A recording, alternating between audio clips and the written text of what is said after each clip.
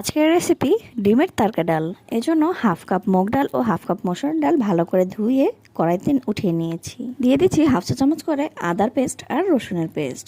তারপর এর সাথে অ্যাড করব দুটা পেঁয়াজ কুচি, একটি টমেটো স্লাইস করে নিচ্ছি আর দিয়ে দিচ্ছি হাফ চা চামচ হলুদ গুঁড়া, এক চা চামচ মরিচ গুঁড়া, কিছুটা কাঁচা মরিচ, টমেটো আর তেল দিয়ে তার সাথে 2 কাপ পানি দিয়ে চুলায় বসিয়ে সিদ্ধ করে নিয়েছি।